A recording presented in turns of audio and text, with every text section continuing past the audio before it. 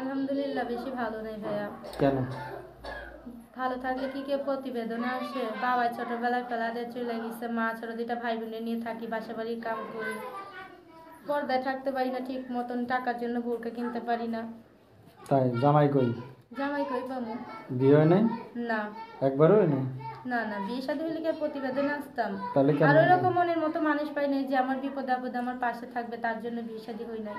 এখন আচ্ছা। যদি ভালো একটা মুসলিম ঘরের সন্তান পাই যে 5 ওয়াক্ত নামাজ পড়ে আমার পর্দায় রাখতে পারবে, এরকম একটা ছেলে পেলে বিয়ে শাদী করবো। সে যদি বলে বিয়ে শাদী করতে একটু সময় লাগবে, তোমার পাশে থেকে আমি পবিত্র মন থেকে ভালোবাসা নিয়ে পাশে থাকবো, তোমার আমার পুরো ফ্যামিলির দায়িত্ব নেওয়া লাগবে না, শুধু একটা সেলাই মেশিন যদি কিনে দিতে পারে, সেলাই মেশিনের কাজ করেই হবে।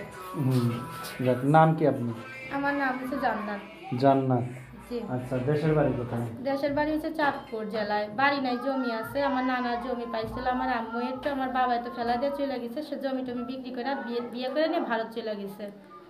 তো এখন ছোট দুইটা ভাই বোন আছে, আমার বয়স হচ্ছে 19, বোনের বয়স 10, ভাইয়ের বয়স 5। আর মা আগে সেলাই মেশিনের কাজ করে আমাদের পড়ালেখা শিখাইতো, আমি 7 পর্যন্ত পড়ালেখা করছি। এখন যদি ভালো একটা জীবন সঙ্গী পাই যে আমার বিপদে আপদে পাশে থাকবে, টাকা পয়সা দিয়ে ভালোবাসা হয় না, বা টাকা পয়সা ছাড়াও হয় না, শুধু শুধু ভাও গল্প করার জন্য প্রতিবেদনে যাবো না। আমি গরিব ঘরের মেয়ে, যে আমার বিপদে আপদে পাশে থাকবে, আমি তার সাথেই কথা বলবো। আচ্ছা, যাক। তো এর আগে প্রতিবেদন করছেন আপনি? করছিলাম ভাই।